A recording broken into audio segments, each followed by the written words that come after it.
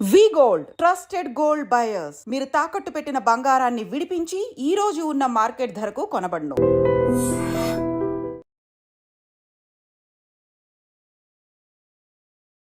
Hi, hello, నమస్తే, welcome back to dream media. ఈ రోజు మనతో ఉన్నారు విశ్వేశ్వర రెడ్డి గారు. ముఖ్యంగా యుఎస్ లో ఉన్న సిచ్యువేషన్స్ గురించి, అక్కడ అప్డేట్స్ గురించి ఒకసారి సార్ అడిగి తెలుసుకుందాం.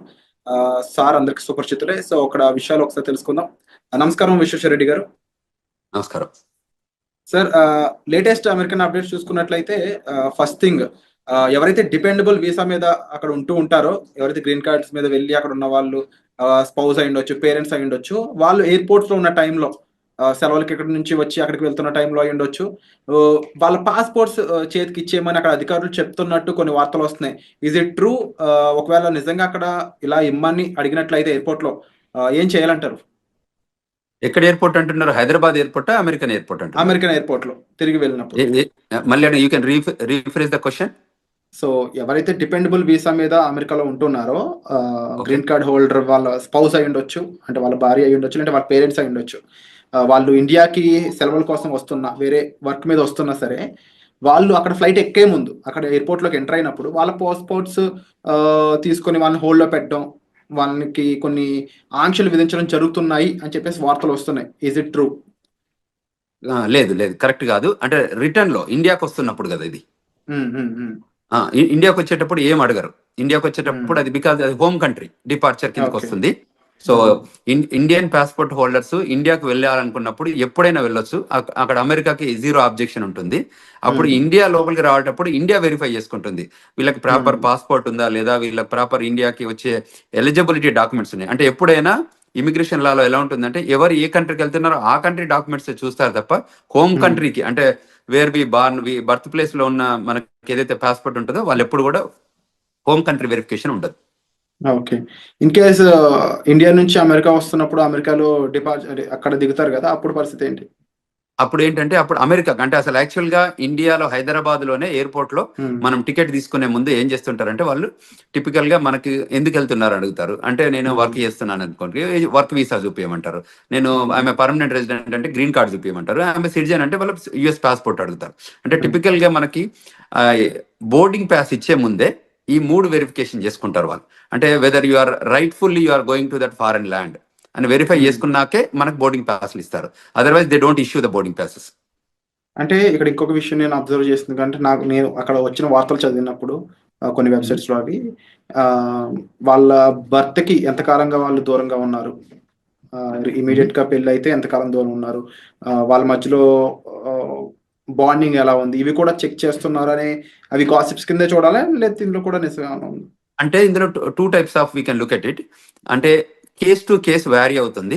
వాళ్ళ దగ్గర ఏంటంటే, ఎప్పుడైతే పోర్ట్ ఆఫ్ ఎంట్రీలో మన దగ్గర బోర్డింగ్ పాస్ తీసుకున్నాక వాళ్ళకి ఏం చేస్తారంటే, మన ఇమిగ్రేషన్ అయ్యాక మన ఫ్లైట్ అంటే ఏ రూపకంగా వస్తుంది అమెరికాకి అనేది, whether it's coming from Dubai, Qatar, what ever country, London ఎక్కడి నుంచి వస్తుందో, వచ్చే ముందు ఏం చేస్తారంటే, వన్స్ ద పొజిషన్ క్లోజ్డ్ అయిన తర్వాత ఈ డేటా అంతా యుఎస్ పంపిస్తారు. యుఎస్ పంపించాక ఆ డేటా అంతా వాళ్ళకి బ్యాక్గ్రౌండ్ చెక్ ఎఫ్బిఐకి వెళ్ళిపోయి మళ్ళీ వీళ్ళ దగ్గరకు వస్తుంది, ఏది సిబిపి ఆఫీస్కి వస్తుంది. వచ్చిన దగ్గర వెరిఫై చేసుకుంటారు వీళ్ళు ఎక్కడి నుంచి వస్తున్నారు, వీళ్ళ బ్యాక్గ్రౌండ్ ఏంటి, వీళ్ళది ఎనీ ఇష్యూస్ ఉన్నాయా, అంటే ఇమిగ్రేషన్ ఇష్యూస్ ఉన్నాయా. In case if there is an immigration issues, వాళ్ళు ఏం చేస్తారంటే పిలిచి అక్కడ పోర్ట్ ఆఫ్ ఎంట్రీలోనే జనరల్ ఇన్స్పెక్షన్ చేయొచ్చు, రిగరస్ ఇన్స్పెక్షన్ చేయొచ్చు, సెకండరీ ఇన్స్పెక్షన్ చేయొచ్చు. సో ఈ 3 టైప్స్ ఆఫ్ ఇన్స్పెక్షన్ జరుగుతాయి. జనరల్ ఇన్స్పెక్షన్ అంటే వాళ్ళకి తెలిసిపోతుంది, అంటే గ్రీన్, ఎల్లో, రెడ్ ఛానల్ లాగా మనం ఇక్కడ పోర్ట్ ఆఫ్ ఎంట్రీలో ఉంటాయి చూడండి, అట్లా కస్టమ్స్ లలో green, red, yellow channel type. ఇది కూడా టిపికల్ గా ఎలా ఉంటుందంటే, వాళ్ళకి if they have background, very good background ఉంటే లోపలికి స్మూత్ గానే అడుగుతారు, కపుల్ ఆఫ్ క్వశ్చన్స్ అడిగి రాణిస్తారు. లేదు ఇంకా వాళ్ళకి డౌట్ ఉంటే ఒక 10 క్వశ్చన్స్ అడుగుతారు. ఇంకా బాగా డౌట్ ఉంటే ఏం చేస్తారంటే, వాళ్ళ ఫోల్డర్, ప్యాకెట్, పాస్పోర్ట్ అన్ని తీసుకొని సెకండరీ ఇన్స్పెక్షన్ అని ఒక పక్క రూమ్ తీసుకెళ్తారు. అక్కడ తీసుకెళ్లి ఒక 4-5 అవర్స్ కూర్చోబెట్టి ఆ 4-5 అవర్స్ లోపల ఏం చేస్తారంటే, వాళ్ళ పాస్పోర్టు, వాళ్ళ ఫోను, వాళ్ళ కంప్యూటరు, వాళ్ళ అన్ని తీసుకొని కూర్చోబెట్టి ఈ 4-5 అవర్స్ లోపల, అంటే వాట్ ఎవర్ దట్ స్టిపులేటెడ్ టైంలో వీళ్ళు ఏం చేస్తారంటే వాళ్ళ బ్యాక్గ్రౌండ్ చెక్ చేస్తారు. కంట్రీలో ఎప్పటి నుంచి వచ్చారు, ఎప్పుడు ఉన్నారు, ఇది మొదటిసారి వచ్చిందా లేకపోతే ఎన్నిసార్లు ఉన్న దానిలో, ఇప్పుడు H1B మీద ఉంటే ఎవరు ఏ ఎంప్లాయర్ దగ్గర పనిచేస్తున్నాడు, ఎంప్లాయర్ దగ్గర అసలు జాబ్ ఉందా లేదా, అంటే టిపికల్ గా దే వెరిఫై ఎవ్రీథింగ్. ఒకవేళ ప్రయర్లీ ఏదైనా ఉంటే, ఈయనకి ఏదైనా స్పీడింగ్ టికెట్లు ఉన్నాయా, లేకపోతే ఇంకేదైనా క్రిమినల్ రికార్డ్ ఉందా, you know what I'm talking, and everything they will verify. అక్కడ ఏదైనా వయలేషన్స్ ఉన్నాయని గమనిస్తే ఆ సెకండరీ ఇన్స్పెక్షన్ లో గుర్తుపడితే ఏం చేస్తారంటే వాళ్ళని మళ్ళీ ఇంటర్వ్యూ ప్రాసెస్ లో తీసుకెళ్తారు. తీసుకెళ్లి ఆ ఇంటర్వ్యూలో ఒకవేళ వాళ్ళు వయలేట్ చేసిన ఏమైనా ఉంటే ప్రజెంట్ చేస్తారు. దీస్ ఆర్ ద సిచ్యువేషన్స్ ఉన్నాయి, వాట్ యూ థింక్ అంటే వాళ్ళు మనం అగ్రి అయ్యాం అనుకోని, అగ్రి అయితే వాళ్ళ వీసా క్యాన్సిల్ చేసేసి మళ్ళీ అక్కడ నుండి డిపోర్ట్ చేస్తారు. అంటే ఇప్పుడు ఫర్ ఎగ్జాంపుల్ జనరల్ గా అమెరికా పెళ్ళికొడుకు అంటే ఎక్కువ మంది ఇంపార్టెన్స్ ఇస్తూ ఉంటారు. ఆ రకంగా ఎప్పుడైనా వాళ్ళ అమ్మాయిని తిరిగి అక్కడ పంపినప్పుడు డిపెండబుల్ వీసా మీద అమ్మాయి వెళ్తుంది కాబట్టి కరెక్ట్, H4 వీసా అమ్మాయిని, మీద వస్తారు. కానీ ఆ అమ్మాయి బాగా చదువుకున్న అమ్మాయి అనుకోవచ్చు, ఎంటెక్ పర్సన్ అయి ఉండొచ్చు. ఇన్ కేస్ ఆవిడ నేను ఇక్కడ కూడా జాబ్ చేస్తాను ఏమన్నా పొరపాటు అక్కడ రివీల్ చేసి ఉంటే అప్పుడు సిచ్యువేషన్ ఎలా ఉంటుంది? ఆ పాసిబిలిటీ, అదే ఆ ఇంటర్వ్యూయింగ్ ప్రాసెస్ అని ఇంత ముందు చెప్పాను కదా. So Hmm. యూజువల్ గా మనం ఏం చేస్తాము, H4 మీద ఉంటే తక్కువ క్వశ్చన్స్ అడుగుతారు, ఎందుకంటే they are not primary. In case వాళ్ళకి బాగా డౌట్ వస్తే వాళ్ళు అడగొచ్చు. అడిగితే ఆ పొటెన్షియల్ థింకింగ్ ఉంటే అప్పుడు ఆలోచిస్తారు, కానీ మెజారిటీ 98% పెద్ద ఇష్యూస్ ఏమి ఉండవు దానికి. ఎందుకంటే H1 వాళ్ళని బాగా వెరిఫై చేస్తారు, గ్రిల్ చేస్తారు, make sure that they have a job or not అని వెరిఫై చేసుకుంటారు. అంటే H1 వాళ్ళు ఎలాంటి జాగ్రత్తలు తీసుకోవాలంటారు అక్కడ ఇంటర్వ్యూ కానీ అక్కడ క్వశ్చన్ చేసినప్పుడు? తప్పకుండా వాళ్ళు H1B హోల్డర్ అసలు ఫస్ట్ ఆఫ్ ఆల్ మేము ఇండియాకి వెళ్ళొద్దనే సజెషన్ చేస్తున్నాం ఈ టైంలో పర్టికులర్ గా. ఇన్ కేసు వాళ్ళు ఇండియాకి వెళ్ళాల్సి వచ్చి ఎమర్జెన్సీ సిచ్యువేషన్ వెళ్ళాల్సి వస్తే వచ్చే ముందు మీరు ఏదైతే ఎంప్లాయర్ దగ్గర పని చేయబోతున్నారో ఆ ఎంప్లాయర్ దగ్గర నుంచి ఒక క్లయింట్ లెటర్ కానీ, మీ ఎంప్లాయ్మెంట్ లెటర్ కానీ, మోస్ట్ రీసెంట్ పే స్టెప్స్ కానీ, లాస్ట్ W2s కానివ్వండి, ఇవి మీరు ఒక ఫోల్డర్లో పెట్టుకోండి.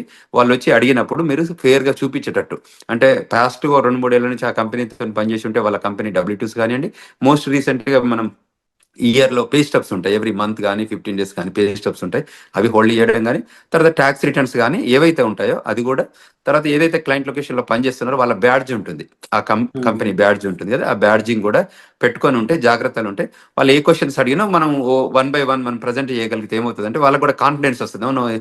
దిస్ గైజ్ వర్క్ ప్లేస్ లో ఉంది, నాకు పర్మనెంట్ ఎంప్లాయ్మెంట్ ఉంది అక్కడ, సో అంచేత మనం ఆయనని వెల్కమ్ చెప్పాలి అన్నట్టు ఉంటుంది. వాళ్ళు వెరిఫై చేసుకొని అవన్నీ వ్యాలిడ్ ఉంటే తప్పకుండా వాళ్ళు వెల్కమ్ చెప్తారు, అండ్ విత్ గుడ్ మూమెంట్స్ తో వెల్కమ్ చెప్తారు.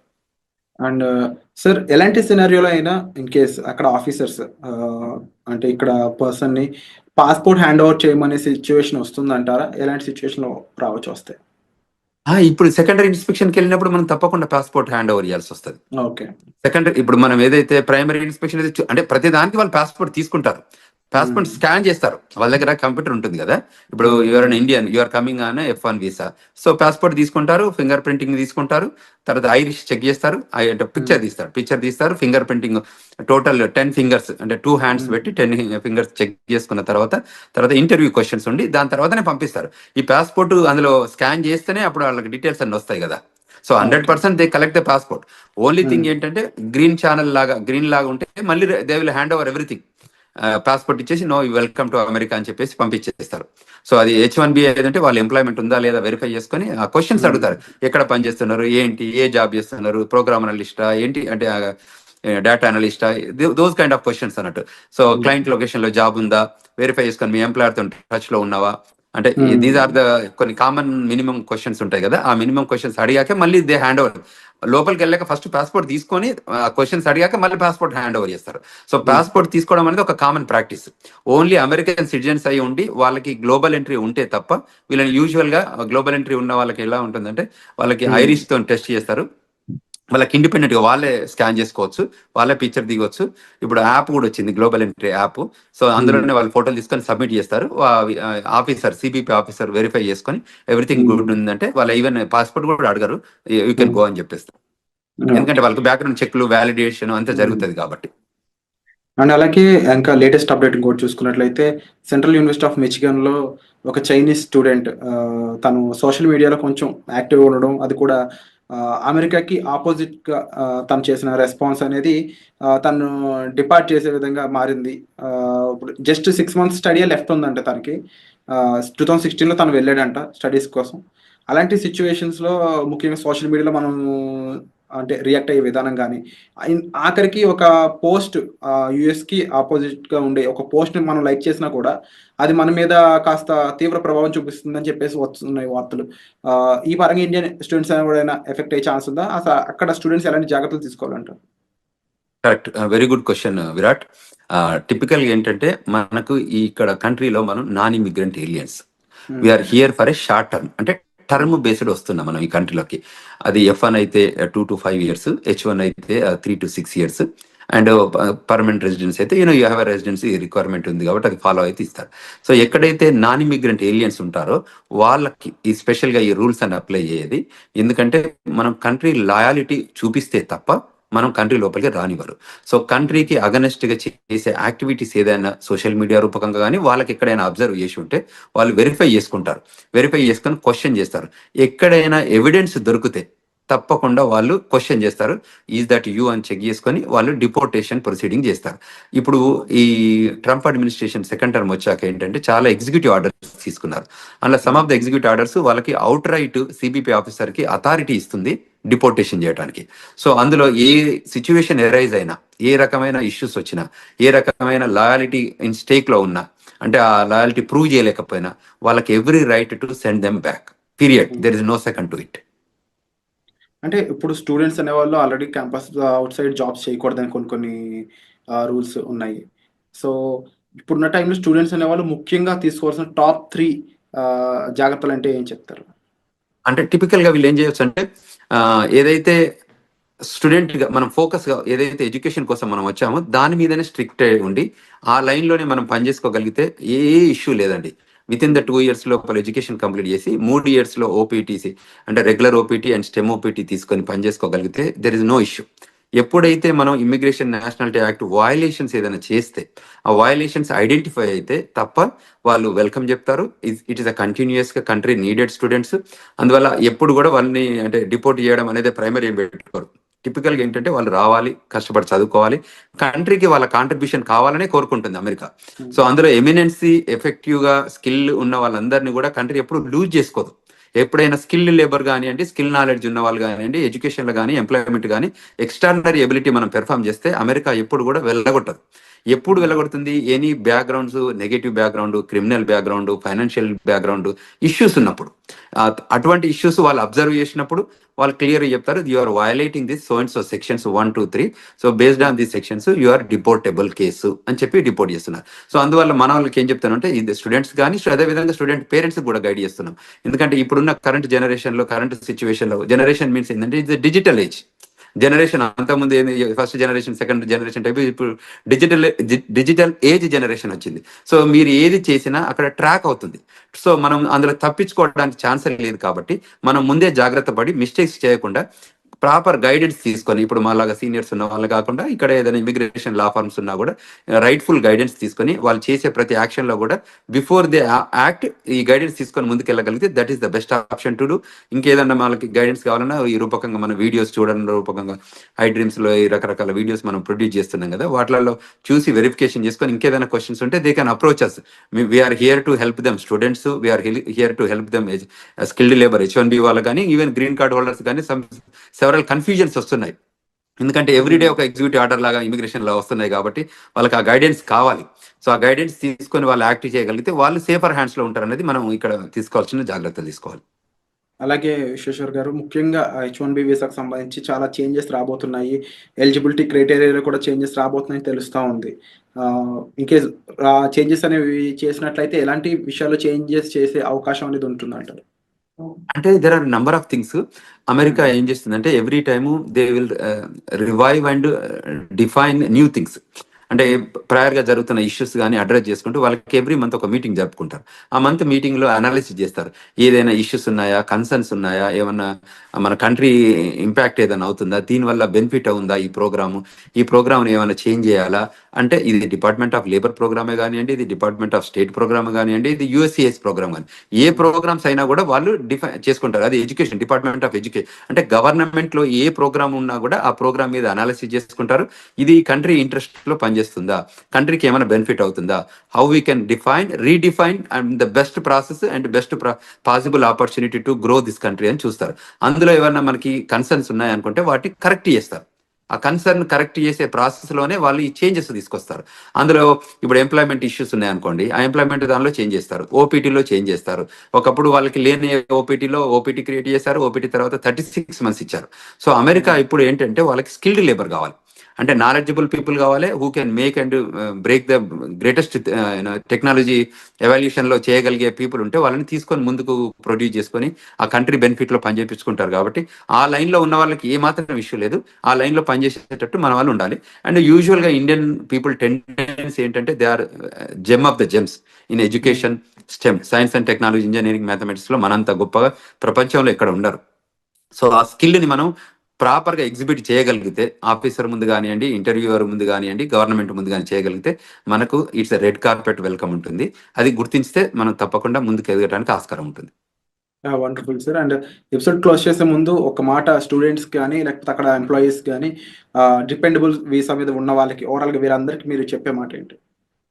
ఏదైనా ఇప్పుడున్న కొత్త ట్రెండ్స్ మనకి ఎవ్రీ టైం జరుగుతున్నాయి కాబట్టి ఏంటంటే న్యూ ఎగ్జిక్యూటివ్ ఆర్డర్స్ వస్తున్నాయి కాబట్టి, ఇప్పటికే వచ్చినాయి కాకుండా ఫ్యూచర్ కూడా రాబోతున్నాయి కాబట్టి, సో మీరు వెల్ ఇన్ఫార్మ్డ్ గా ఉండాలి, అందరితో కనెక్ట్ ఉండాలి. సో మనకు తెలిసిందే కరెక్ట్ అని అనుకోవద్దు. సో తప్పకుండా you take good guidance from non profit organisations కానీ మమ్మల్ని అప్రోచ్ అయితే మేము వీఆర్ దేర్. మేము చెప్తున్నాం గ్లోబల్ తెలంగాణ ద్వారా కూడా వాళ్ళకి ఈమెయిల్ రూపకంగా కానీ ఫోన్ రూపకంగా కానీ మేము ఫోన్ నెంబర్స్ కూడా ఇచ్చాము.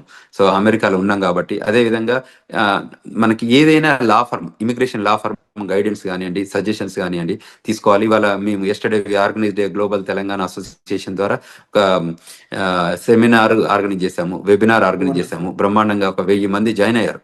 1000 మంది స్టూడెంట్స్ రూపకంగా ఇమిగ్రేషన్ రిక్వైర్మెంట్ ఏమున్నా కూడా ఇప్పుడు కరెంట్ లో జరుగుతున్న ఇమిగ్రేషన్ ట్రెండ్స్ పైన ఏవేవైతే ఇష్యూస్ ఉన్నాయో వాటిపైన మేము ఆర్గనైజ్డ్ విత్ సీనియర్ ఇమిగ్రేషన్ అటార్నీతోని కాన్ఫరెన్స్ కాల్ ఆర్గనైజ్ చేస్తే there are number of peoples join అయ్యారు. వాళ్ళ క్వశ్చన్స్ ఒక 2.5 గంటల కాన్ఫరెన్స్ కాల్ జరిగింది. అంటే అంత సేఫ్ క్వశ్చన్స్ అడిగారు వాళ్ళంతా.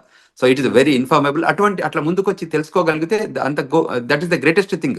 సో మేము అదే చెప్తున్నాం. అది F1 కానివ్వండి, H1 కానివ్వండి, గ్రీన్ కార్డ్ హోల్డర్స్ కానివ్వండి, ఈవెన్ సిటిజన్స్ కానివ్వండి, ఈ కంట్రీ రిక్వైర్మెంట్స్ ఏమున్నాయి, ఇప్పుడు సిటిజన్షిప్ అయినా కూడా గ్రీన్ కార్డ్ అయినా కూడా మనం ఈ AR11 అప్డేట్ చేస్తున్నామా, మనం F1 H1 వాళ్ళు కూడా AR11 అంటే స్టేటస్ మనకి అడ్రస్ అప్డేట్ చేస్తున్నామా, లేకపోతే రిజిస్ట్రేషన్ రిక్వైర్మెంట్స్ అప్డేట్ చేస్తున్నామా. మనం ఈ కంట్రీలోకి వచ్చాం కాబట్టి మనం ఈ కంట్రీ నామ్స్ అంటే లా ఆఫ్ ద ల్యాండ్ ఎలా ఇమిగ్రేషన్స్ ఉన్నాయో, ఇమిగ్రేషన్ నేషనల్ యాక్ట్ రూల్స్ ఏది ఉన్నాయో మనకు తెలిస్తే ఫాలో అయిదాం, తెలియకపోతే తెలుసుకొని ఫాలో అయిదాం. Bottom line we need to follow the rules. So if you follow the rules there is no issue. This country is the best country to live and this the best country to welcoming. And the country people కూడా చాలా బాగుంటారు. మనం కూడా grow కావడానికి opportunity ఉంటుంది. మన పిల్లలకు కూడా చాలా కంఫర్టబుల్ గా సెటిల్ అవుతారు. సో అక్కడ ఉన్న చదువుకునే స్టూడెంట్స్ అయి ఉండొచ్చు, వర్క్ చేసే వాళ్ళు అయి ఉండొచ్చు, ఎవరు కూడా ఇన్సెక్యూరిటీస్ ఏం పెట్టుకోకుండా ప్రాపర్గా ప్రొఫెషనల్స్ని కలిసి మీ డౌట్స్ అనేవి సాల్వ్ చేసుకోగలిగినట్లయితే మీరు ఒక సేఫ్ అండ్ సెక్యూర్ లైఫ్ అక్కడ లీవ్ చేయొచ్చండి. దాంతోపాటుగా అంతగా మిమ్మల్ని ఇబ్బంది పెట్టే విషయం అయితే మాత్రం తప్పకుండా ఇమీడియట్లీ మీరు ఒక ప్రొఫెషనల్ కానీ ఎంబసీ సైడ్ పీపుల్ కానీ లేకపోతే అక్కడ లా ఫీమ్ సంబంధించిన పర్సన్స్ అయి ఉండొచ్చు, లేకపోతే మన విశ్వేశ్వరరావు గారు లాంటి ప్రొఫెషనల్స్ మీరు కలిసినట్లయితే కాస్త జాగ్రత్తలతో పాటుగా మీకు కాస్త గైడెన్స్ ఇచ్చే ఛాన్సెస్ అనేవి దొరుకుతాయి. సో తప్పకుండా మీరు తీసుకునే ఇనిషియేషన్స్ అనేవి చాలా గ్రేట్ విశ్వేశ్వర్ గారు. తప్పకుండా మీరు కండక్ట్ చేసే వెబినార్స్ అయి ఉండొచ్చు, లేకపోతే ఇలా ఇంటర్వ్యూస్ రూపంలో అయి ఉండొచ్చు, చాలా ఇన్ఫర్మేషన్ని చాలా మందికి అందిస్తూ ఉన్నారు. So we are thankful and thank you so much for great information. మరిన్ని అప్డేట్స్ పై త్వరలోనే మరొక ఇంటర్వ్యూతో మీ ముందుకు వస్తాం. Thank you so much.